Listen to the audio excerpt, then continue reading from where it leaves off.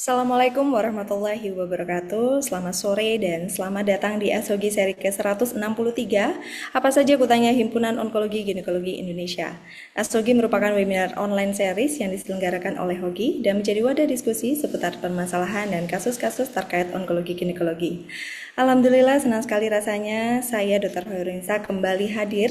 Tentunya kita akan berbincang-bincang bersama Ashogi. Dan tidak terasa di hari ini kita sudah memasuki 10 hari terakhir di bulan Ramadan. Semoga tetap semangat menjalankan ibadah dan kami juga mengucapkan selamat menjalankan ibadah puasa bagi yang sedang berpuasa. Tidak lupa kami mengucapkan terima kasih untuk rekan sejauh dokter, SPOG, ginekolog onkologi, serta para guru besar yang sudah berkenan untuk menjadi partisipasi Ashogi dari minggu ke minggunya. Dan selama 1 jam ke depan sambil menjelang waktu berbuka puasa kita akan berdiskusi bersama, tentunya bersama para narasumber yang sudah pakar di bidangnya. Dan sore hari ini topik bahasan kita setelah minggu lalu kita membicarakan masalah manajemen pada low risk gestational trophoblastic neoplasia. Sore ini kita akan membicarakan bagaimana manajemen pada high risk dan ultra high risk pada gestational trophoblastic neoplasia. Di sini sudah ada moderator dan narasumber yang sudah siap untuk berbagi ilmunya bersama kita. Yang pertama saya sapa dulu Dr. Alexi Optoman Johansyah, spesialis obstetrik ginekologi subspesialis onkologi MKes Mars. Beliau ini merupakan konsultan onkologi ginekologi di Rumah Sakit Bayangkara TKIR Said Sukanto Jakarta. Selamat sore Dr. Alexi. Selamat sore Dr. Nisa. Terima kasih dok sudah berkenan hadir. Dok. Dan narasumber kita yang kedua yaitu Dr. Sutrisno, spesialis obstetrik ginekologi subspesialis onkologi MKes. Beliau merupakan konsultan onkologi ginekologi dari Fakultas Kedokteran Universitas Jenderal Sudirman di RSUP Profesor Dr. Margono Soekardjo Purwokerto. Selamat sore Dr. Sutrisno. Selamat sore Mbak Nisa. Terima kasih sudah berkenan hadir menjadi narasumber. Dan yang akan memandu jalannya diskusi kita pada sore hari ini sebagai moderator yaitu Dr. Teku Mirza Iskandar, spesialis obstetrik ginekologi subspesialis onkologi. Beliau ini merupakan konsultan onkologi ginekologi di Fakultas Kedokteran Universitas Diponegoro di RSUP Dr. Karyadi Semarang, sekaligus juga beliau merupakan sekretaris Dewan Pembina PP POGI. Selamat sore Dr. Mirza. Selamat sore Mbak Nisa. Assalamualaikum warahmatullahi wabarakatuh. Waalaikumsalam. Dr. Alexi, Dr. Sutrisno. Selamat sore dokter. Terima kasih Dr. Mirza. Baik, kepada seluruh peserta Ashogi jangan lupa untuk mengakses pelataran sehatnya, tentunya join Zoom dari awal sampai akhir karena presensi akan tercatat secara otomatis dan pelataran sehat juga akan terverifikasi secara otomatis. Seluruh peserta bisa mengajukan pertanyaan, mungkin bisa mengajukan secara langsung dengan menekan tombol raise hand terlebih dahulu atau bisa langsung menuliskan pertanyaannya di fitur Q&A yang sudah kami sediakan. Sebelum kita memulai diskusi kita pada sore hari ini kebetulan tadi saya dapat info bahwa Ketua Hogi berhalangan, jadi ini yang diundang untuk pembuka acara pada sore hari ini yaitu Sekretaris Dewan Pembina PP POGI yang kebetulan hadir menjadi moderator juga. Baik, kepada Dr. Teku Mirza Iskandar, spesialis obstetrik ginekologi subspesialis onkologi, kami persilahkan untuk membuka acara sekaligus nanti lanjut menjadi moderator, ya Dok. Monggo silakan Dr. Mirza. Ya, terima kasih Dr. Nisa. Selamat sore. Teman-teman SPOG atau para dokter yang mendengarkan acara Ashogi ini sekali sekaligus kita ngabuburit ya, menunggu buka puasa ya sambil mengisi ilmu ya. Salam dari Ketua Hogi yang kebetulan pada saat ini berhalangan. Jadi eh, saya sebagai Ketua Dewan Pembina eh, memberikan apresiasi ya bahwa eh, acara ini terus akan meningkatkan atau menambah keilmuan kita ya. Banyaknya pelanggaran-pelanggaran etik, pelanggaran-pelanggaran profesional, keprofesionalan dan banyaknya ya ketidakcocokan antara kesejawatan ini eh, membuat kita harus lebih kuat menguatkan diri di dalam pemahaman-pemahaman ilmu serta memperkuatkan diri di dalam pemahaman-pemahaman kesejawatan. Ya, jadi kita dari Dewan Pembina mengingatkan bahwa sejawat-sejawat baik itu dokter, baik itu dokter umum ya yang apa bergerak di dalam bidang pelayanan ya, saya mengingatkan bahwa eh, perhatikan PNPK yang sudah dikeluarkan atau standar operasional prosedur yang ada di masing-masing rumah sakit, ya, juga yang ada di masing-masing institusi kita masing-masing, ya. Jadi perhatikan juga kemampuan kompetensi kita, ya. Kemudian di dalam kita bekerja dalam satu atap, diharapkan jangan terjadi konflik-konflik yang membuat kita tidak nyaman di dalam bekerja karena tidak ada dokter perorangan yang hebat menurut saya, yang ada adalah suatu tim yang hebat di dalam satu eh, kelompok ya. Makanya seperti waktu itu saya sebenarnya pengen ngobrol-ngobrol sama Kombes Dokter Alexi. Kombes ya, Dokter Alexi ya. Siap, Dok. Ya, tapi beliau juga sibuk ya. Jadi saya berharap juga Dokter Alexi eh, untuk pendaftar-pendaftar dari pihak kepolisian ada satu koordinasi dari institusi gitu ya. Siap. Jadi jangan sampai nanti menimbulkan suatu bentrok, kekacauan gitu ya. Saya rasa kalau bentrok sih mudah-mudahan enggak ya, tapi jangan sampai kebutuhan-kebutuhan berapa yang dibutuhkan oleh institusi kepolisian untuk onkologi. Karena saya tahu Dr. Alexi adalah yang paling tinggi ya, eh, kepangkatannya dan paling senior di dalam onkologi. Jadi mungkin ini bisa memperbaiki nanti ke depannya kalau bisa, bukan masalah eh, apa bukan masalah kuasa atau kekuasaannya, tapi adalah masalah pengaturannya, ya, pengaturannya dan kebutuhan di dalam masalah sarana dan prasarana. Ya, jadi sebagai konsepnya kalau saya lihat gampang masih mungkin eh, di angkatan kita ada di himpunan kita ada Dokter Gunawan, ada Dokter Alexi, ya mungkin dari sisi ketenagaan kita butuh berapa itu yang nanti bisa dikembangkan oleh profesi di dalam hal penyediaan SDM-nya gitu ya. Jadi mudah-mudahan untuk yang lain saya rasa keterlibatan kesejawatan kita dengan antara sejawat digestif, urologi, ya, patologi anatomi, ya itu memang harus lebih dieratkan ya. Jadi untuk yang khusus SPOG, jadi untuk yang dokter umum, saya rasa bisa lebih mempererat hubungan dengan para dokter spesialis ya supaya bisa lebih menguasai alur-alur yang bagaimana yang harus dilakukan di vaskes pertama ya. Jadi pesan saya dari Dewan Pembina sebagai wakil Hogi dalam pembukaan aks Hogi yang ke-163 ini itu saja. Jadi saya cuma mengingatkan kompetensi, keprofesionalan, etik, ya, kesejawatan ini betul-betul dikuatkan lagi gitu. Itu saja dari saya. Selamat puasa dan selamat mendengarkan tentang Ashogi seri ke-163 ya. Saya langsung ya, Dr. Nisa ya. Iya dok, monggo Ya, silakan. oke.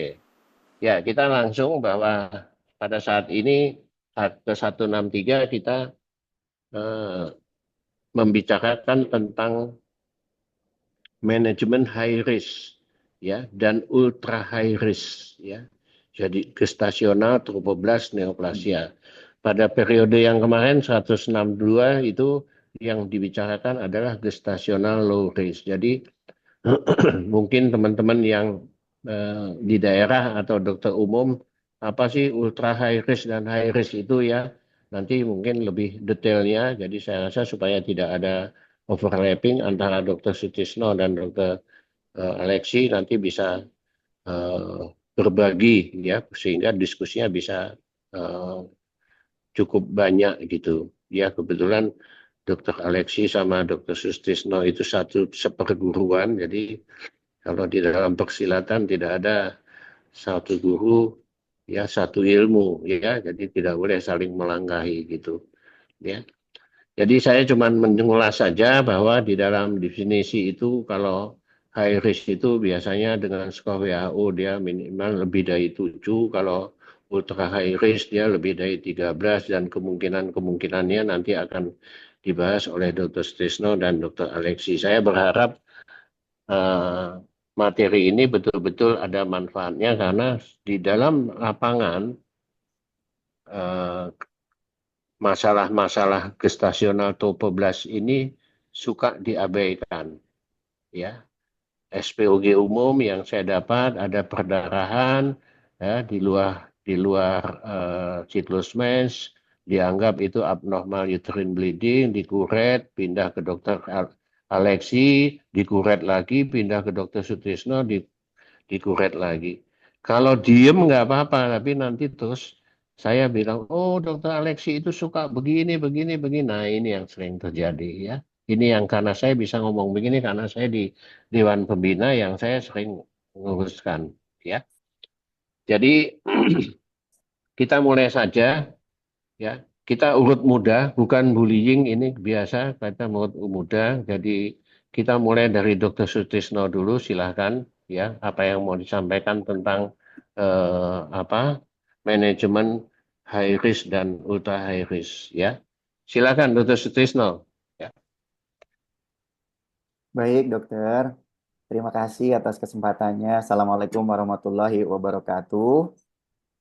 Yang saya hormati Dr. Mirza selaku moderator, yang saya hormati para guru besar, dokter, senior, dan sejawat peserta Ashogi seri 163 sore ini. Jadi terkait dengan topik sore hari ini, mohon izin untuk share screen. Mohon izin, apakah sudah tampak, dokter? Sudah dok. Oke. Kiri. Nah, terkait dengan topik kita sore hari ini, kita akan memulai dengan penjelasan mengenai ultra high risk dan high risk GTN. Ini adalah outline yang kita akan diskusikan sore hari ini, dan sebagai pendahuluan, kita semua sepakat bahwa GTN merupakan tumor langka yang berasal dari plasenta atau placental origin, dan laporan tingkat kesembuhannya sangat tinggi bahkan pada kasus-kasus multiple metastasis karena sifatnya yang kemosensitif. Dan kita semua tahu bahwa spektrum GTN itu mencakup koriokarsinoma, yang kedua adalah placental site trophoblastic tumor, lalu epithelial trophoblastic tumor, dan ada beberapa literatur yang menyebutkan invasive mole sebagai spektrum dari GTN. Dan semua karakteristik tersebut meliputi semua lesi yang dapat berasal dari villi korionik maupun trophoblast extravilli, dan karakteristiknya yang membedakan adalah tingkat proliferasi, invasi, dan penyebaran yang berbeda-beda. Dan untuk sifat atau karakteristik dari antecedent pregnancy-nya dapat berasal dari mola hidatidosa pada 50% kasus GTN, pasca abortus atau kehamilan ektopik pada seperempat kasus, dan juga pasca kelahiran cukup bulan atau persalinan prematur pada 25% kasus GTN. Dan khusus pada spektrum PSTT dan ETT itu dapat muncul pasca kelahiran cukup bulan atau kasus kehamilan non-molar pada 95% kasus. Dan GTN itu merupakan keganasan yang sangat aktif bermetastasis dan memiliki potensi lethal malignancy apabila miss dalam tata laksananya. Dan hingga tahun 1950-an hingga Lee et al. Mulai mempublikasikan peran dari methotrexate sebagai antineoplastik yang efektif untuk wanita GTN non-metastasik dan metastatik. Dan mulai prognostiknya semakin membaik dengan publikasi mengenai kombinasi beberapa obat dengan melibatkan etoposide dan cisplatin yang memungkinkan tingkat remisi yang tinggi khusus pada kasus neoplasia disseminata atau multiple metastasis dan juga high risk dan ultra high risk GTN. Kita semuanya akan berpedoman pada Vigo 2000 yang telah diperbarui tahun 2018, di mana telah ditetapkan kriteria diagnostik anatomik dan juga pengaturan mengenai kapan kita harus memulai kemoterapi dengan segera. Yaitu apabila kita temukan satu dari beberapa hal, antara lain yang pertama adalah beta HCG yang pelatu lebih dari 4 kali pemeriksaan selama periode 3 minggu, yaitu pemeriksaan pada hari pertama, hari ke-7, hari ke-14. Atau kita temukan beta HCG yang meningkat lebih dari 3 kali pemeriksaan berturut-turut dalam interval 2 minggu, yaitu pada hari pertama, hari ke-7, dan hari ke-14. Atau kita temukan diagnosis histopatologi koriokarsinoma. Atau pada beberapa literatur kita juga dapat kadang-kadang kita menemukan dengan temuan multiple metastasis pada pasien pasca mola. Vigo dan EORTD telah merekomendasikan identifikasi awal pada pasien dengan kecurigaan GTN. Yang pertama kita lakukan pemeriksaan imaging berupa USG Doppler pelvis transvaginal dan juga rongsen torak pada pasien GTN pasca molar. Dan apabila kita temukan temuan rongsen torak yang tidak meyakinkan atau inkonklusif, atau kita temukan lesi lebih dari 1 cm, maka diperlukan imaging konfirmasi berupa CT torak dan brain MRI. Dan pada kasus temuan metastasis paru atau vagina, maka direkomendasikan untuk pemeriksaan lanjutan berupa CT abdomen dan pelvis. Nah, terkadang masalah utama yang harus kita siapkan adalah dengan pemeriksaan advanced imaging CT kontras, maka kita dapat menemukan mikrometastasis. Dan pada beberapa literatur itu temuan mikrometastasis tidak mempengaruhi overall survival dan juga tidak mempengaruhi penentuan stadium atau skor dalam pemilihan kemoterapi. Kemudian mengenai kontroversi PET scan, ini juga dapat digunakan untuk membantu mengevaluasi meskipun tidak direkomendasikan untuk prosedur rutin, tetapi terkadang PET scan membantu untuk mengevaluasi pada tempat-tempat metastasis yang tidak biasa atau membedakan nodul metastasis yang aktif versus jaringan nekrotik dan atau hemoragik pasca kemoterapi, karena lesi nekrotik dapat berlangsung hingga beberapa lama periode. Atau pada kasus dengan temuan kemoresistensi atau relapse, terutama pada pasien PSTT atau ETT, serta untuk keperluan intervensi bedah. Jadi untuk mencari lokasi dan penyebaran sebelum kita melakukan tindakan intervensi bedah pada pasien GTN. Berikut adalah Vigo staging 2018 yang dan juga WHO scoring prognostik yang telah diadopsi oleh Vigo. Dan berdasarkan Vigo staging dan juga WHO score prognostik, maka GTN diklasifikasikan menjadi 2 kategori. Yang pertama adalah GTN low risk dan GTN high risk. Low risk apabila kita temukan skor kurang dari sama dengan 6 dengan Vigo stage 1, 2, dan 3.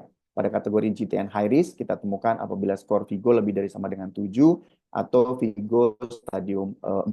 Dan GTN high risk, bagaimana kita sampaikan di awal, memiliki survival rate yang baik hingga 90%. Dan pada pasien dengan skor Vigo lebih dari sama dengan 12, ternyata pada studi epidemiologinya memiliki 5-year death rate yang lebih tinggi, sehingga dikategorikan sebagai GTN ultra high risk.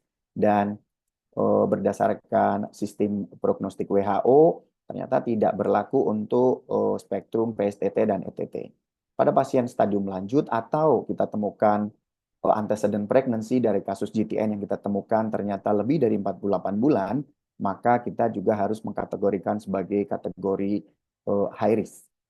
GTN sebagai neoplasia yang sensitif kemoterapi memiliki pilihan regimen kemoterapi yang ditentukan berdasarkan staging figoanatomik dan juga WHO skor prognostik.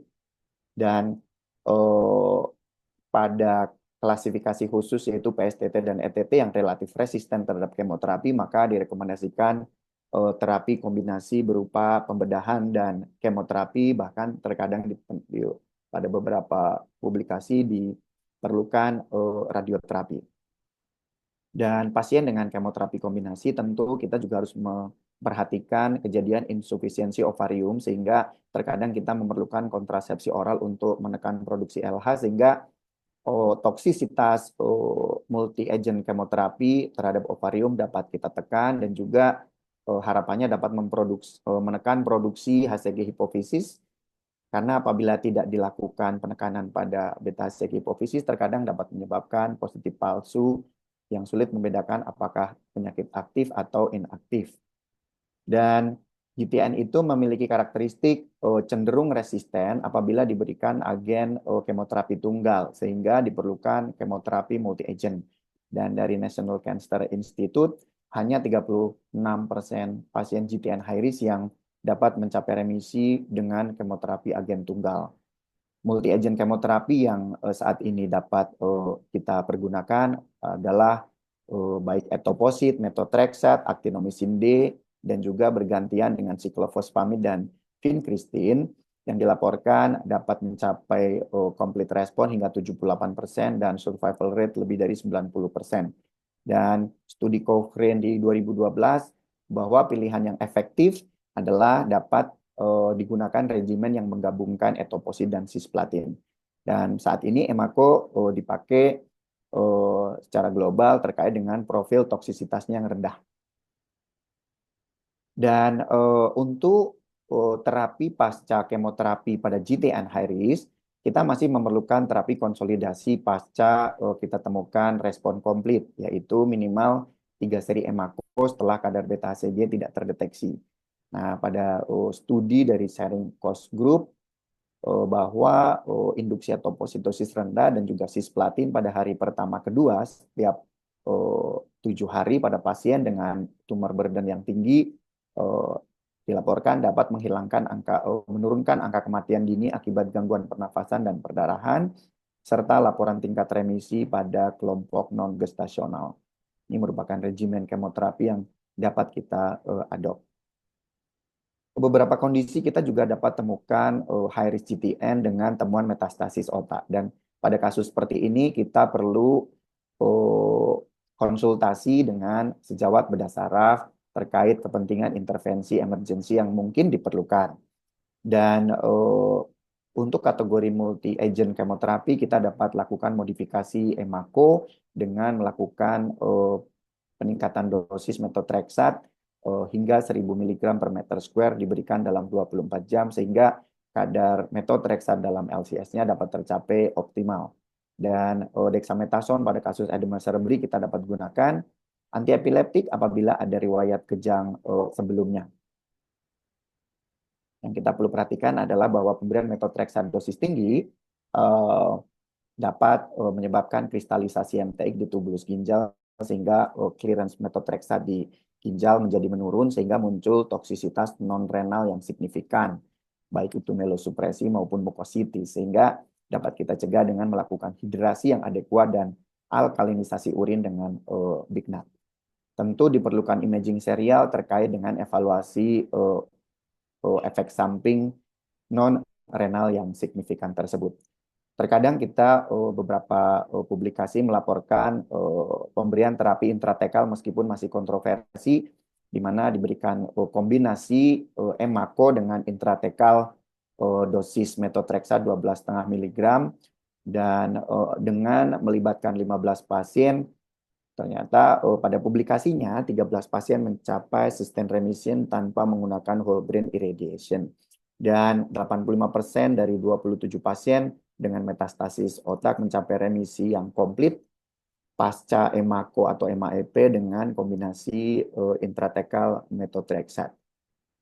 Nah, kita juga dapat melakukan memilih pemberian concomitant whole brain radioterapi atau stereotactic radiation therapy, di mana ini juga masih kontroversi sama seperti tadi pemberian intrathecal methotrexate, di mana pada pemberiannya 20-30 gray diberikan dosis harian 2 gray dengan bersamaan methotrexate high dose.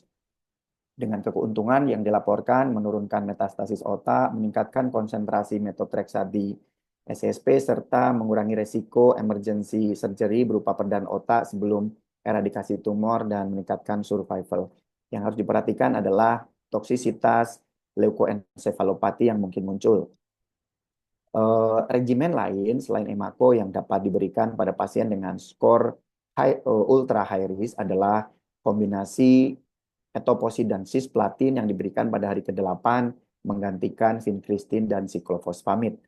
Dan pada pada laporan kasus dari 21 pasien, 76%-nya dapat mencapai remisi pasca MAEP pada kasus resisten EMACO. Dan pada pasien dengan ultra high risk GTN, untuk remisi total 67%, dan juga ada beberapa yang dilaporkan 63,9 pasien. Dan uji perbandingan pasca EMACO dan MAEP yang melibatkan kedua lengan itu pada lengan MAEP pada kelompok EMACO, jadi tingkat remisi yang lebih rendah pada kelompok MAEP, yaitu 85 versus 92%, dan pada kelompok MAEP itu jumlah siklus yang diperlukan lebih sedikit untuk mencapai kadar beta-HCG yang normal, dengan laporan lebih banyak toksisitas yang muncul pada kelompok MAEP. Di Cina juga selain yang tadi kita sudah sampaikan, regimen untuk ultra high risk adalah regimen FAF. Jadi melibatkan fluoxuridin, actinomycin D, toposid, dan vincristine dengan capaian remisi komplit pada 85% meskipun sampel yang dilibatkan adalah 30 pasien. Nah, terkait dengan intervensi lain adalah pembedahan pada kasus GTN high risk dan ultra high risk. Ini diperlukan pada kasus Dokter Sutrisno coba agak dipilah ya. Jadi yang bagian ultra high risk mungkin nanti biar Dokter Alexi lebih banyak mengupas, Iya, meskipun Dok. nanti Dokter Sutrisno jangan semua diborong Baik, ya. Dok. Ini Ya, ya, sudah, Dok. ya. Baik, Dok. Ya, ini slide terakhir, Dok, kedua sebelum Dokter Alexi, Dok. Ya, kita terkadang membutuhkan pembedahan dan untuk pembedahan difokuskan pada reseksi fokus lesi kemoresisten atau eh, mengendalikan komplikasi yang berupa perdarahan atau infeksi. Demikian, Dok. Sudah. Iya, Dok. Oke, Nanti ya diskusi, Dok. terima kasih Dokter Sutrisno. Jadi Dokter Sutrisno ini staf pengajar dari eh, Universitas Fakultas Kedokteran Universitas Sudirman ya, Sudirman. Purwokerto. Ya, selanjutnya Dokter Alexi Oktoman ya, Dokter Alexi Siap. Oktoman ini onkologi di Rumah Sakit Polri, ya, Dok. Polri Siap. di mana? Di Eh, Jakarta, Keramat Jati, Dok. Keramat Keramat Jati. Jati ya, Keramat Siap. Jati ya. Tapi Dokter Alexi selalu menyembunyikan kombesnya, jadi lebih menampilkan SPOG subs-ongnya. Gitu. Silakan, Dokter Alexi. Siap. Siap. Terima kasih, dokter yang kami hormati dan kami banggakan moderator guru saya, Dr. Mirza, yang saya hormati rekan saya, Dr. Sutrisno, menyala luar biasa tadi apa presentasinya. Saya sudah seperti tadi kata Dr. Mirza, kayaknya saya sudah kebagian sedikit aja nih, Dok. Izin saya share. Ya, ya.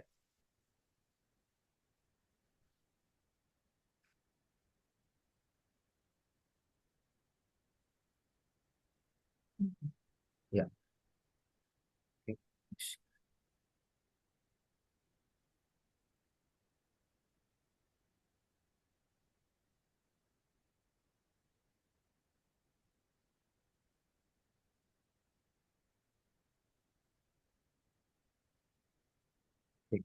Jadi eh bisa, aduh, nggak bisa. Oke, jadi ini merupakan apa presentasi Asogi yang hari ini merupakan gabungan dari mulai dari apa awal bulan Maret ini yang menitibrakan tentang gestational trophoblastic disease ya. Jadi saya cepetin aja dok karena sudah sebagian tadi disampaikan. Ini tadi sudah ada di dokter Sutrisno. Ya pada prinsipnya kalau kita untuk hari ini topiknya di manajemen tentang high risk dan ultra high risk. Ya kita tahu bahwa untuk GTD secara umum itu GTN untuk tumor trophoblastis gestasional itu merupakan tumor yang ya kemosensitif, terutama yang low risk. Yang high risk pun juga masih kemosensitif karena survival rate-nya juga cukup tinggi. Tapi kalau sudah ultra high risk, biasanya prognosisnya buruk. Tadi sudah sampaikan sama Dr. Sutrisno, ternyata ya apa angka kematiannya tinggi. Nah, ini sudah tadi ada, oke. Ini high risk, kita lewatin. Kemudian, nah kalau nyinggung sedikit tadi yang disampaikan oleh Dokter Sutrisno bahwa kita untuk yang high risk tentunya kita sudah harus menggunakan multi agent regimen. Kita nggak bisa menggunakan methotrexate saja atau actinomycin saja, tapi kita harus memulai dengan eh, regimen multi agent. Mungkin yang perlu disampaikan bahwa jarak antar dua kemo ini minimal adalah 2 minggu dengan tetap targetnya adalah dilihat PHCG kecuali yang tadi disampaikan oleh Dokter Sutrisno bahwa untuk PSTT dan ETT tentunya beta HCG bukan apa marker tumor yang bisa dipakai untuk follow up ya minimal di jarak di 2 minggu per kali pemberian sampai nanti minimal eh, apa kemo ini bisa dilakukan konsolidasi kalau tadi sampaikan bisa sampai 3 sampai 4 kali apa kemoterapi konsolidasi sudah sebagai ini sampai hampir sama seperti tadi Dokter Sutrisno bahwa ini khusus untuk yang koriokarsinoma ataupun tumor trofoblast yang klinis ya. Untuk yang apa PSTT dan ETT tentunya kita tidak bisa memakai HCG sebagai patokan untuk apa output dari terapi kita. Kemudian, nah kalau terjadi eh, apa resistensi dari apa terapi kemoterapi emako ada tadi sudah disampaikan ada kemoterapi induksi itu bisa digunakan untuk menurunkan kemungkinan terjadinya resistensi dan untuk situasi emergensi biasanya kita bisa memberikan kemoterapi induksi berupa etoposide dan cisplatin 1 2 minggu sebelum kita mulai pemberian kemoterapi multi agent emako. Nah, ini beberapa untuk kalau kita sudah seperti tadi disampaikan oleh Dokter Sutrisno bahwa kalau sudah terjadi apa kegagalan di emako, tadi beliau sudah sampaikan ada penggunaan MAEP. Ini lebih toksik dibanding pemberian kemoterapi emako, terutama mielosupresif dan beban di fungsi ginjal. Tentunya kita juga bisa menggunakan TPTE atau pilihan-pilihan lain yang ini merupakan salvage regimen. Jadi nanti apa individual terapi ini individual masing-masing center bisa apa bisa memberikan pilihan dan terapinya merupakan sangat individual dan kembali ke kemampuan masing-masing center seperti kata dari moderator kemampuan dari perorangan dokternya maupun fasilitas yang ada di rumah sakit yang menyediakan. Kemudian, nah ini beberapa untuk apa regimen pada kondisi-kondisi kita sudah apa resisten terhadap pemberian emako. Ya, tadi kalau bisa emako karena tapi emako ternyata angka kegagalannya juga sudah mulai cukup ada. Tapi kalau sudah itu terjadi, kita punya pilihan beberapa pilihan salvage terapi seperti ini. Nah, sekarang kalau berdasarkan rekomendasi di NCCN sudah mulai diperkenalkan pemberian imunoterapi. Tentunya karena kasusnya masih sangat jarang, ini belum dibakukan. Jadi apa ini dikembalikan pada kemampuan dan kondisi dari masing-masing center dari eh, apa layanan untuk tumor trofoblast ini. Mungkin itu aja dari saya dulu, Dok. Iya, ya, terima kasih Dokter Alexi, Dokter Sutisno. Jadi telah disampaikan tadi secara garis besar bagaimana yang disebut dengan apa high risk gestasional trophloblastia neoplasia dan ultra high risk ya. Memang istilah-istilah ini mungkin kalau bukan yang di Unko mungkin akan apa merupakan suatu hal yang baru ya. Jadi gitu. Jadi eh, saya sambil menunggu pertanyaan, ini saya lihat belum ada pertanyaan, masih puasa. Kita diskusi aja dulu sendiri Siap, Dok. Dr. Alexi dan Dr. Sutisno. Kemarin minggu lalu itu kita bicara tentang Low low risk, Dok. risk ya, tentang low Siap. risk.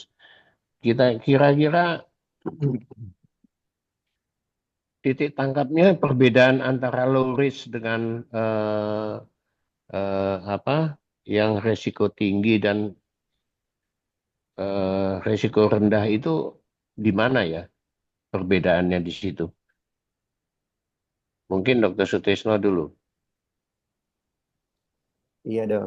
Terima kasih dok untuk Hmm. pertanyaannya dan terkait dengan menurut saya ya dok nanti mohon Kang Alexi dapat menambahkan yang membedakan apakah itu low risk atau high risk adalah eh, dasarnya dari Vigo staging anatomik dan skor prognostik dok, di mana kita tentukan skor apakah kurang dari sama dengan 6 atau lebih dari itu. Dan karakteristiknya kalau kita perhatikan kemampuan sel tersebut untuk bermetastasis dan karakteristik progresivitas dari sel tersebut dok yang membedakannya. Dan juga Siap. dibatasi pada stadium. Jadi untuk yang low risk itu dibatasi pada stadium anatomik Vigo di 1, 2, dan 3. Pada kasus temuan metastasis, maka kita akan secara otomatis memasukkan ke dalam kategori high risk, dok. Menurut saya begitu, dok. Oke, ya. Jadi kalau kalau misalnya Dr. Sutisno apa yang disampaikan eh, Dr. Sutisno tadi, kira-kira di daerah eh, rumah sakit tipe C di luar Jawa ini mampu nggak mendiagnosis ini, teman-teman SPOG? Iya, dok. Kalau tadi dari slide saya di awal itu sangat-sangat mampu menurut saya, dokter, karena pemeriksaan awalnya itu yang direkomendasikan adalah pemeriksaan USG Doppler transvaginal dengan pemeriksaan torak foto, dok. Hmm, Ya, jadi eh, untuk pemeriksaan awal yang direkomendasikan itu tidak diperlukan pemeriksaan advanced imaging, tetapi pemeriksaan eh, sonografi transvaginal dengan Doppler yang direkomendasikan dengan pemeriksaan torak foto, dokter. ya, ya. Terima kasih. Sekarang kita ke Dr. Alexi ya. Ini diskusi nih Dr. Alexi ya. Jadi Iya, Dok. titik tangkapnya itu kalau kita membedakan itu kan sebenarnya dari sisi skor prognosis tadi sudah dibilang antara lebih dari 6 di atas 7 gitu ya. Kemudian Siap. jenis tumornya gitu. Kemudian metode pengobatannya bagaimana Iya. antara Dan low risk kita dan high bicara risk. antara low risk dan high risk dan high risk dan ultra high Ultra risk high risk. tentunya ya. Kemudian kondisi kadar kadar HCG gitu ya. Kadar HCG itu empat poin itu yang bisa dipakai untuk menjadi pembeda 4 poin utama tadi ya. Jadi skor, jenis, metode dan kadar HCG. Nah, sekarang antara high risk dan ultra high risk, Dokter Dokter Alexi. Alexi. Iya, Dok. Ah, apa yang membedakan antara high risk dan ultra high risk kalau kita meninjau dari sisi kadar HCG-nya? Kadar HCG-nya, Dok.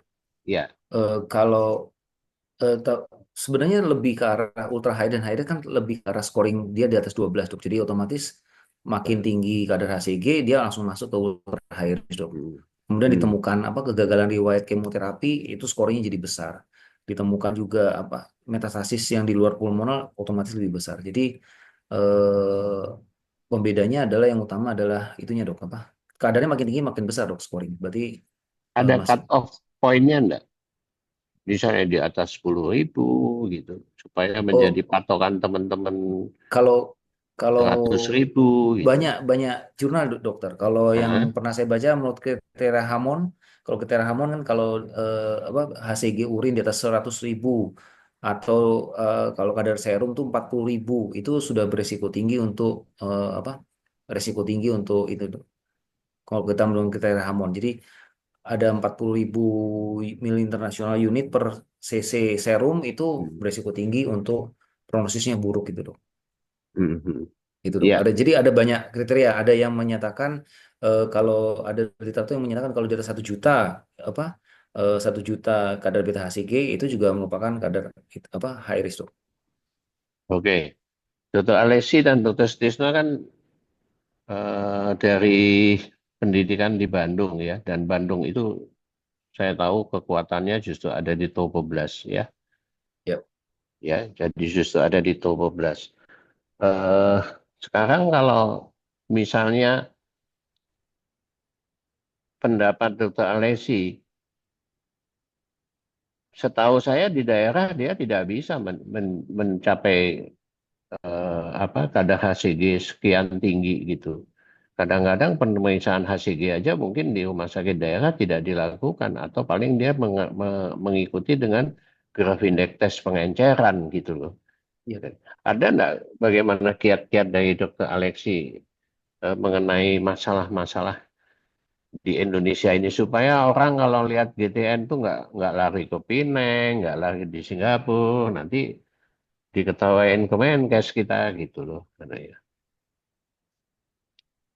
Kalau Eh, kira-kira kalau kiat-kiat anu Dr. Alexi menghadapi hal-hal kondisi kita di Indonesia, kalau di Bandung di Kramat Jati kan semuanya pasti ada kan gitu. Kalau teman-teman yang di daerah nih gimana nih?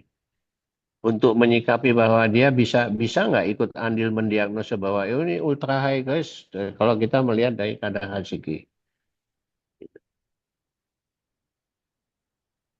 mungkin nggak izin menjawab, dok. Mungkin tidak hanya Iya, satu HCG, mungkin semua, dok. Di apa harus kombinasi semua, dok. Begitu nanti seperti yang sampaikan Dr. Sutrisno ada metastasis jauh ditemukan di CT scan atau apa kan otomatis kan itu sudah memberikan kontribusi untuk scoring jadi lebih tinggi, dokter. Tapi kalau untuk beta HCG jujur sampai hari ini ya memang itu standar mutlak untuk kita standar apa misalnya. memantau. Siap. Jadi memang mau nggak mau memang itu harus disediakan, dok. Kalau Iya, nggak ada, kecuali tadi itu, dok, mungkin mau nambah yang tadi disampaikan Dr. Sutrisno untuk kalau untuk apa metastasis ke otak mungkin ada tambahan pengalaman yang ada di kami di sini bahwa ternyata PET scan tidak cukup efektif untuk metastasis di otak. Mungkin MRI brain itu lebih diunggulkan, dok. Cuma kalau untuk kasus-kasus metastasis di otak, MRI itu lebih apa unggul untuk mendeteksi lokasi, ukuran dan itu, dok. Mungkin tadi tambahan ya. saya mau nambah lupa. Itu yang untuk ultra high risk ya. Jadi Ultra high risk, dok. Siap. eh, jadi jadi makanya teman-teman maksudnya eh, apa yang disampaikan dari Dr. Alexi tadi bahwa eh, kriteria kadar HCG jangan terus kita berputus asa, kita melihat dari gejala. Tadi saya katakan Jalan lain. pembedanya adalah dari skornya bagaimana, ya jenis. Kalau ada jenis tumornya, tapi PA juga saya lihat agak sulit di daerah karena saya tahu di lapangan, ya. Kemudian kita bisa lihat metode pengobatannya bagaimana, baru kita masuk pada HCG. Jadi maksudnya kalau misalnya kita melihat ada gejala seperti ini, ada nggak metastase jauhnya terutama ke otak dan ke hati ya.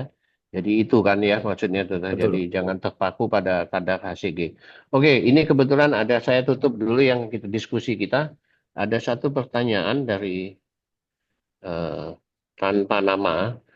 Izin dokter, bagaimana penggunaan kontrasepsi oral untuk meminimalkan false positif? Kontrasepsi oral yang dianjurkan yang berapa bulan ya dok? Terima kasih. Tadi saya lihat Dokter Sutisno sudah menyinggung ya kenapa alasannya kita melakukan pemakaian pakai oral kontrasepsi. Mungkin sisi Dr. Alexi menjelaskan hal ini. Untuk false Bagaimana positif, penggunaan? Iya, belum paham dok, maksudnya gimana? False positif terhadap hal positif untuk kemungkinan terjadinya apa eh, curiga suatu kehamilan lagi gitu. eh, kalau yang penggunaan, jadi pada di sini kan kontrasepsi itu untuk memastikan bahwa kalaupun terjadi peningkatan HCG itu bukan dari kehamilan kan itu dok yang utama. Jadi bagaimana caranya supaya pasien ini tidak hamil dan memang kita tahu bahwa kontrasepsi hormonal adalah kontrasepsi yang angka gagalnya paling rendah kan untuk karena dia kan menekan ovulasi. Jadi kemungkinan untuk kegagalan kehamilannya rendah sehingga otomatis kalau terjadi peningkatan HCG hampir dipastikan itu adalah akibat dari apa perkembangan dari tumor trombobas gestasional bukan dari kehamilan. Atau saya nggak paham dok, pertanyaannya gimana dok? Tadi saya kurang nangkep dok. Bagaimana penggunaan kontrasepsi Persepsi, oral ya. untuk meminimalkan false positif? Kalau saya nangkepnya, meminimalkan false positif ini bahwa kita tidak menduga, tidak mendiagnosa bahwa ini suatu kehamilan karena kadar HCG-nya gitu, ya. Kalau saya nangkepnya dari pertanyaan ini. Kemudian kontrasepsi oral yang dianjurkan berapa bulan ya dok? Terima kasih. Kalau pemakaian kontrasepsi hormonal yang paling yang kita rekomendasikan adalah pasien tidak boleh hamil paling nggak dalam waktu setahun dok. Jadi dalam waktu setahun dia remisi, dia tidak ada peningkatan HCG, otomatis itu sudah bisa di stop dok. Itu mungkin. Iya, Mungkin dokter oke. Sutisno Dokter bisa nambah dok. Sutisna, mungkin ada yang mau ditambahkan? Iya dok, terima kasih. Ya tadi saya setuju sekali dok dengan yang tadi disampaikan oleh Dokter Alexi. Yang kita saat ini gunakan memang 1 tahun pasca terapi kita edukasi agar tidak terjadi kehamilan gitu, agar kita bisa fokus pemantauan pada relapse.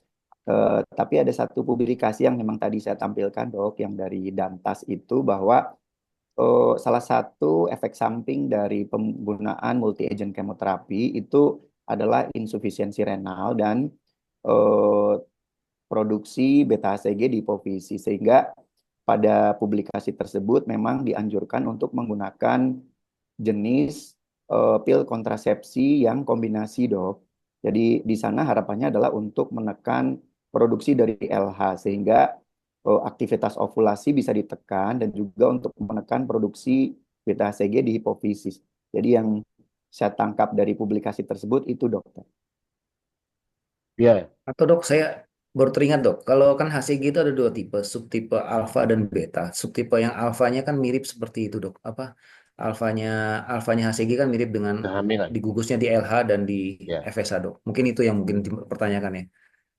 ya. Jadi sebenarnya tadi sudah disinggung oleh Dr. Sutisna bahwa titik tangkapnya adalah menekan terjadinya ovulasi kan, Ovulasi ya, siap. supaya ada LH shoots itu, ya dia menekan ovulasi. Titik tangkap kita memakai kontrasepsi pada mola itu kan Pada ini, pada gitu, pola ya. siap.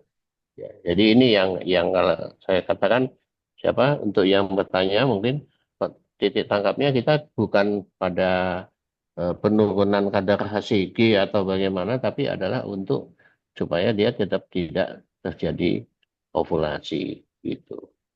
Ya.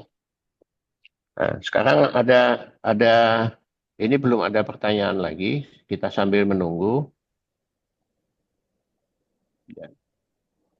Ini saya enggak tahu ya di Kramat Jati atau di apa di Purwokerto atau mungkin kalian pernah ada komunikasi dengan teman-teman di Bandung. Ini BPJS ini sekarang kalau mola atau GTN harus ada PA-nya gitu.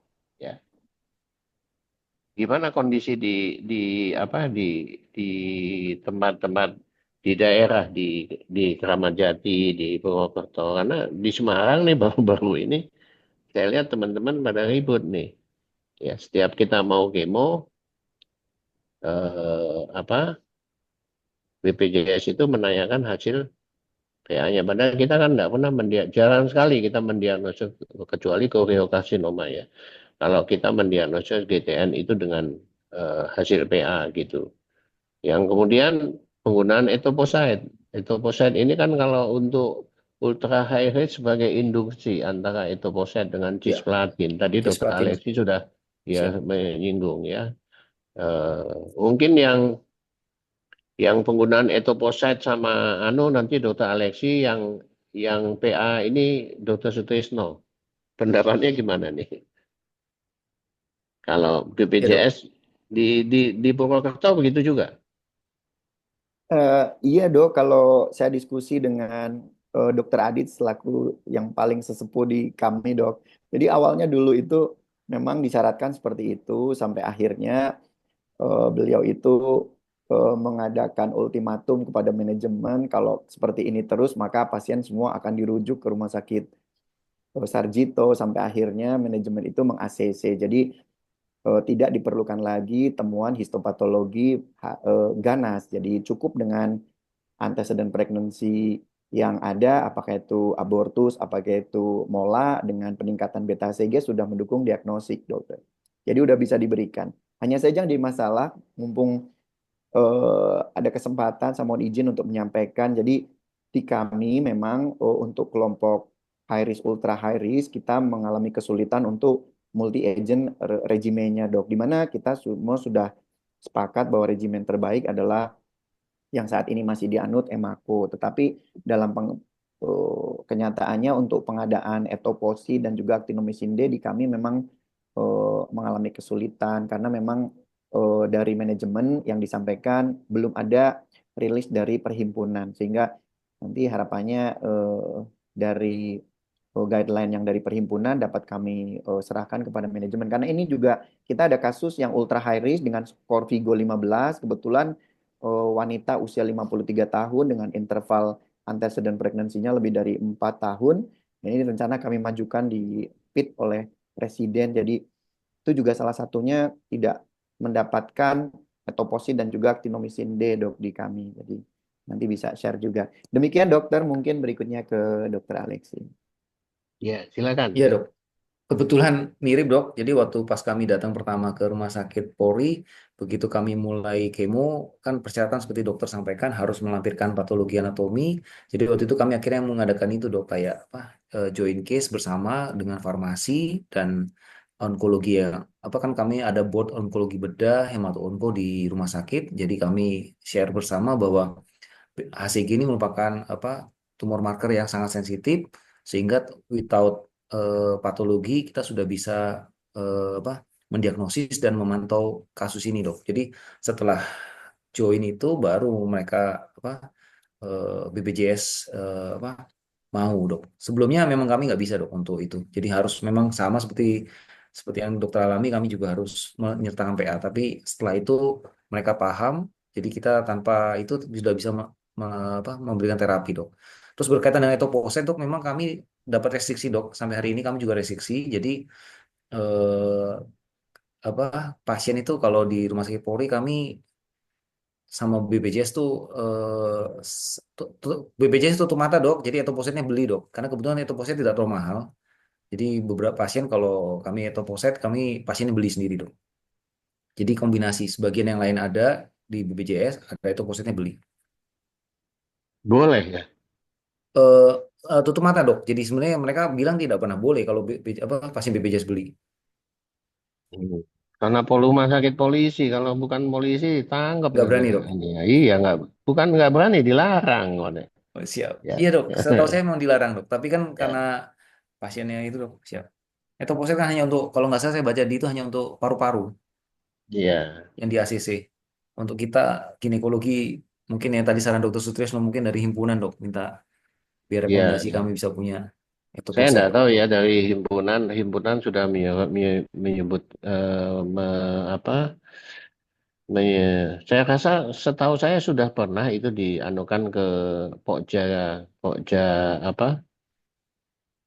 Pokja JKN ya, Pokja JKN. Eh, tapi ya responnya ya seperti ini, biasa-biasa aja nggak ada respon gitu kan ya. Ya. Tapi ya Ya, seharusnya kalau memang apa yang dikatakan tadi Dokter Alexi tadi apa memang bisa di pasiennya beli itu eh, enggak apa-apa beli apa kayak kita misalnya kasih MAC eh, methotrexat actinomycinnya apa di cover sama BPJS. di cover BPJS yang Ya, nggak di itu cover posetnya dia itu. dia beli sendiri gitu Iya dok. ya sebenarnya sih sah kayak askes dulu gitu loh anu ya daripada di situ kalau di Semarang saya disuruh kalau kayak misalnya saya disuruh menulis eh, apa regimen eh, MAC gitu ya satu nggak ada hanya apa eh, yang nggak ada itu biasanya misalnya itu posetnya nggak ada lah ya itu Ya dok.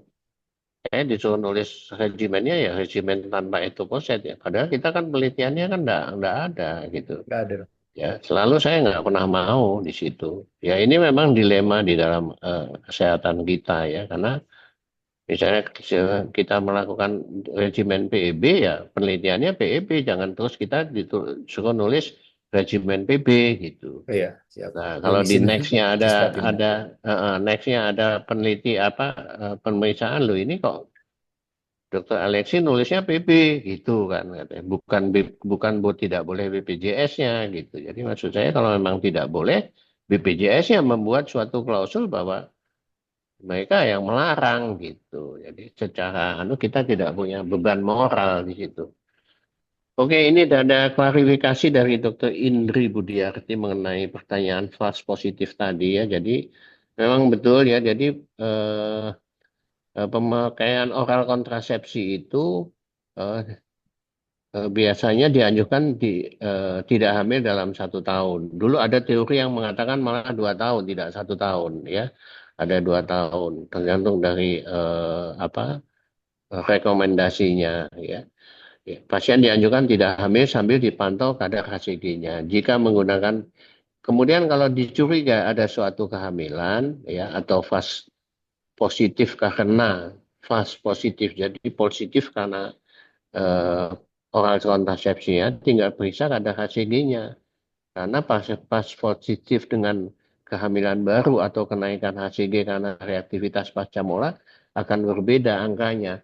Tapi saya rasa yang paling gampang kita melakukan USG kalau kita curiga kehamilan gitu aja ya.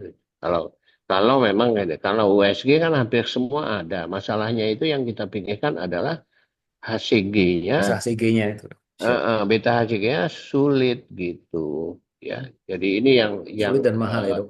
ya ada sulit dan mahal dan apa tidak semua rumah sakit. Jadi saya mendapat keluhan banyak dari teman-teman yang PGDS. Jadi sebenarnya yang di PGDS itu saya apresiasi ya untuk yang sudah mengikuti PGDS itu ya. Jadi dia begitu betul-betul jangankan keterbatasan dari sarana itu betul-betul minim sekali di rumah sakit tipe D, tipe C itu ya. Jadi eh, ini memang harus diperhatikan oleh pemerintah untuk mencukupi dari kemampuan-kemampuan rumah sakitnya, bukan SDM-nya saja dibutuhin, tapi dicukupi, tapi kemampuan di rumah sakitnya yang ada gitu. Nah sekarang kayak seperti misalnya manajemen ya, manajemen di dalam ultra high risk ya. Kita kebetulan ini yang ditunjuk adalah bekerja di Jawa semua kan gitu. Ini saya pengen komentar keterlibatan neurosurgeon gimana di sini dalam ini pengalaman Dokter Alexi, Dokter Sutrisno. Siapa dulu? Silakan. Kan ini ada metastase otak ya, ya yang paling banyak itu kan metastase otak. Biasanya kita melibatkan neurosurgery gimana? Saya dulu ya dok. Ya kalau kami selama ini kalau saya belum pernah dok kalau di rumah sakit Polri. Tapi kalau yang Waktu dari dari literatur waktu dari trainee pernah nggak menangani itu iya di dok, Bandung? pernah dok. Kan itu. Oh, Tapi kalau yang utama kan ini dok, neuronya dok untuk terutama kan tampilannya kan biasanya kan ada kegawatan di situ dok, penurunan kesadaran, kemudian kejang, jadi kan lebih dominan kalau waktu kasus-kasus saya training itu neurologi yang lebih dominan. Kalau untuk bedah saraf tergantung nanti ini ya hasil temuan MRI-nya apa resectable-nya kemungkinan seperti apa dok. Hmm. Siap. Malah waktu itu sempat ada kasus sempat untuk dipikirkan tuh apa waktu itu digunakan gamma knife karena terlalu lokasinya terlalu dalam sehingga yang dilakukan adalah untuk mematikan feeding untuk tumornya dok karena kan terlalu deep dan resiko perdarahannya terlalu tinggi. Mungkin itu dok pengalaman yang pernah tahu dok. Iya. Kalau Dokter Sutisno di di rumah sakit apa? Margono? Purwokerto Amargono. Iya, kalau untuk kami dengan bedah saraf untuk metastasis cerebri GTN high risk, ultra high risk belum ada dokter. Hmm. Selama trainee punya pengalaman nggak keterlibatan dengan eh, selama menjadi trainee? Selama training juga belum dokter, tapi dulu pada saat pendidikan di Unpad saya pernah dokter, tapi hasilnya kalau tidak salah meninggal dok. Nggak apa-apa kalau meninggal itu kan lillahi ta'ala ya. Jadi yang penting kita usahanya memang sudah sesuai dengan apa alurnya atau bagaimana gitu karena kita itu kan sebenarnya bukan dewa kan gitu Iya, tapi bagaimana kita biarnya ya. mengkreat suatu penata laksanaan karena ini kan mulai dari apa bagaimana kita mendiagnosa bagaimana kita melakukan penata laksanaan bagaimana kita melakukan kolaborasi apa pengobatan ini yang harus kita kuasai di dalam hal yang penting. Ya, tadi yang saya menyelipkan bahwa eh, kompetensi ya itu betul-betul harus dicermati oleh seorang profesional ya karena kompetensi. Jadi kalau memang kita nggak kompetensi, misalnya saya sudah menyandang gelar konsultan onko, tapi saya dapat eh, pasien preeklamsia eh, yang berat ya, yang sudah menuju ke HELLP syndrome ya sudah kita serahkan apa kita jelaskan aja ke pasien bahwa ini bukan wewenang saya, bukan suatu hal yang memalukan gitu ya. Itu yang saya menunjukkan bahwa kebanyakan di lapangan semua ditangani ya sehingga terjadi masalah-masalah yang akibat ketidakpuasan dari pengelolaan apalagi komunikasi yang jelek gitu ya sebenarnya kita tidak kompetensi boleh nggak apa-apa asal kita komunikasinya betul-betul baik ya saya sudah dilihatin sama dokter Nisa terus ya karena waktunya sudah mau buka puasa katanya ya Hmm. saya terima kasih dokter Alexi ya dokter Sutrisno ya atas sumbang pemikirannya dan bagi yang bertanya. Ya, kalau langsung tadi saya kasih door prize tadi sana. Ya tidak langsung nggak ada door prize-nya. Tapi terima kasih, saya apresiasi atas Terima kasih dok. Terima kasih pertanyaannya ya. dokter. Selamat bekerja, selamat berpuasa. Tinggal 4 hari lagi. Amin. Siapa tahu kita dapat Lailatul Qadar. Amin. Dokter Amin. Nisa, saya Amin. kembalikan. Salam buat teman-teman di Surabaya. Itu juga Dokter Alexi, Dokter Sutisno, teman-teman di Iya dok. Purwokerto dan di Jakarta ya. Baik Siap dok. Saya dok. kembalikan Terima pada kasih dok. Dokter Nisa. Terima kasih. Baik, terima kasih banyak Dokter Miza. Ya, luar biasa ya. Tadi cukup panjang diskusinya, cukup banyak yang dibahas oleh para narasumber dan juga moderator kita tentang bagaimana manajemen tentang high risk dan ultra high risk dari gestational trophoblastic neoplasia. Tadi dikatakan bahwa pada high risk itu dengan skor WHO-nya lebih dari 6, kemudian ultra high risk di atas 13, dan karakteristiknya tentu lebih progresif dibandingkan dengan yang low risk. Namun ini yang menjadi pembeda adalah kalau low risk kemarin mungkin kemoterapinya single agent, sedangkan yang high risk dan ultra high risk ini adalah kemoterapi kombinasi. Dan lagi-lagi follow up ketat beta HCG pada pasca mola itu sangat penting dalam menentukan diagnosis dari GTN ini sendiri dan melihat respon terapinya. Baik, terima kasih banyak Dr. Mirza, Dr. Alexi, Dr. Sutrisno. Luar biasa sedekah ilmunya, tolabul ilmi kita menjelang buka puasa. Dan kepada Amin. seluruh peserta Asogi, kami mohon untuk mengecek secara berkala akun pelataran sehatnya, kemudian menyelesaikan pembelajaran sampai batas waktu hari Jumat. Jangan khawatir untuk yang ketinggalan join Asogi seri pada hari ini bisa melihat di akun YouTube kita di Asogi, begitu juga dengan seri-seri Asogi yang sebelumnya. Terima kasih banyak atas perhatian dan atensi seluruh peserta Asogi. Sampai jumpa di Asogi seri berikutnya. Kami izin undur diri. Selamat menjelang waktu ibadah puasa dan waktu berbuka puasa, dan wassalamualaikum warahmatullahi wabarakatuh. Waalaikumsalam. Terima kasih Waalaikumsalam Dr. Nisa. warahmatullahi wabarakatuh. Terima kasih, Dok. Assalamualaikum warahmatullahi wabarakatuh. Terima kasih Dr. Oke, Dok. Mirza. Terima kasih, Dok. Terima kasih Pak Kombes. Terima kasih Pak Kombes. Terima kasih, Mbak. Terima kasih, Terima Dok.